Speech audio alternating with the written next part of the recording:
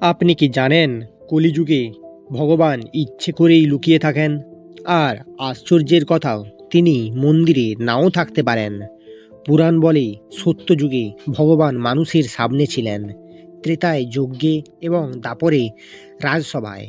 কিন্তু কলিযুগে মানুষ বিশ্বাসের বদলে প্রশ্ন করে, ভক্তির বদলে প্রমাণ চায়।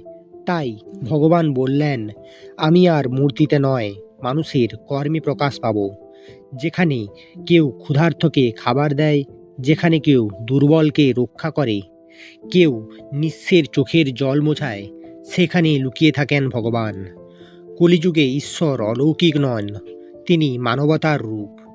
যে মানুষকে সাহায্য করে, সেই কলিযুগের ভগবানকে দেখেছেন। এই পুরাণ রহস্য যদি আপনার মন ছুঁয়ে যায়, তাহলে লাইক করুন, চ্যানেলটি সাবস্ক্রাইব করুন আর কমেন্টে লিখুন, জয় মানবতা।